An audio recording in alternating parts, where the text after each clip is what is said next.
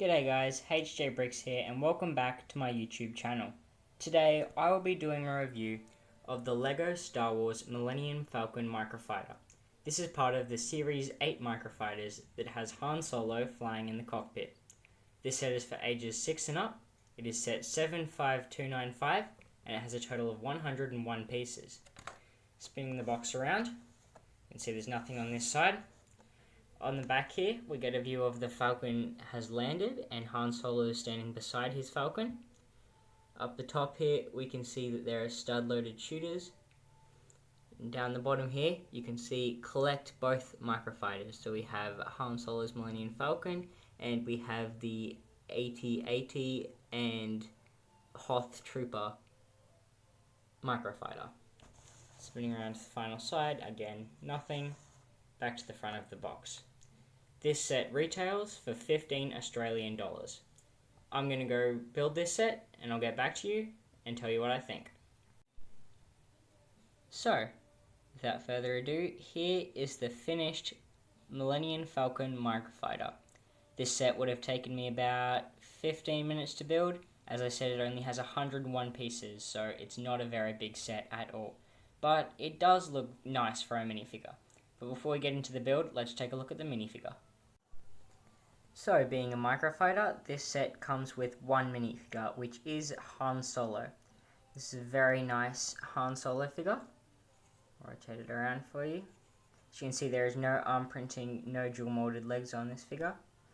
On the back, we can see that black torso print, no detail on the back of the legs. Spinning him around again. As you can see on the front of the legs, there is that belt buckle, which does look very nice. And for his torso, you can see he does have that classic leather jacket that's open at his chest. One complaint I do have about this minifigure is that if you look at this section of the chest right here, that colour where his chest should be is far too white in my opinion. It doesn't match accurately. It's supposed to be more that tan colour that we see on his hands, and that is not accurate at all. But if you can look past it, this is a very nice minifigure.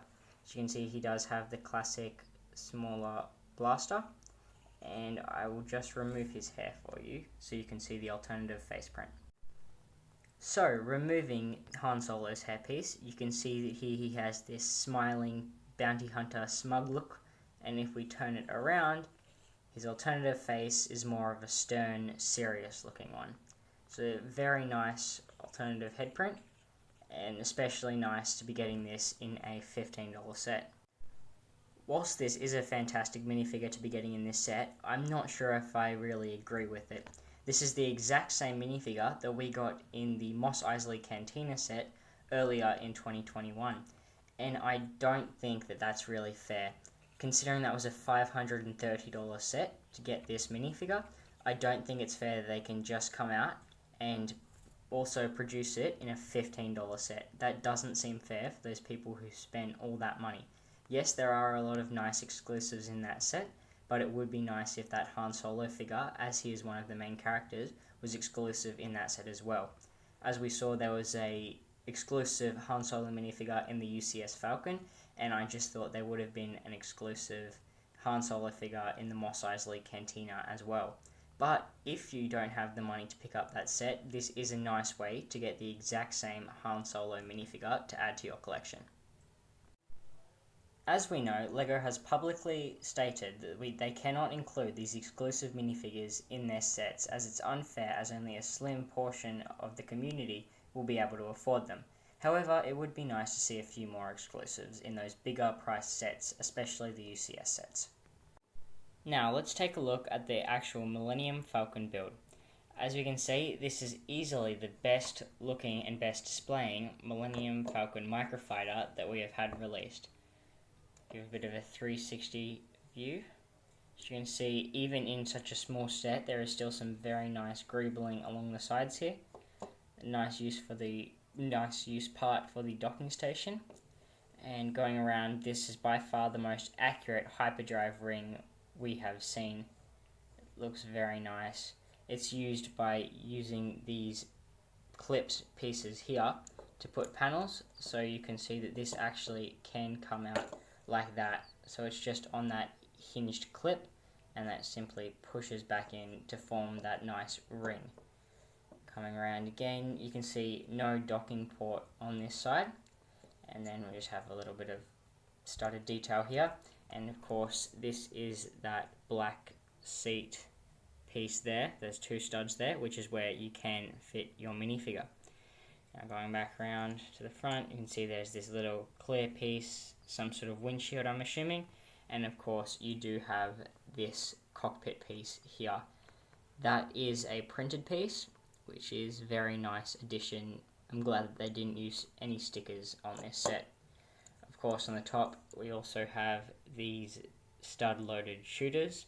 I'm sure you all know how those work. I'm not going to fire them as I don't want them lost in my room.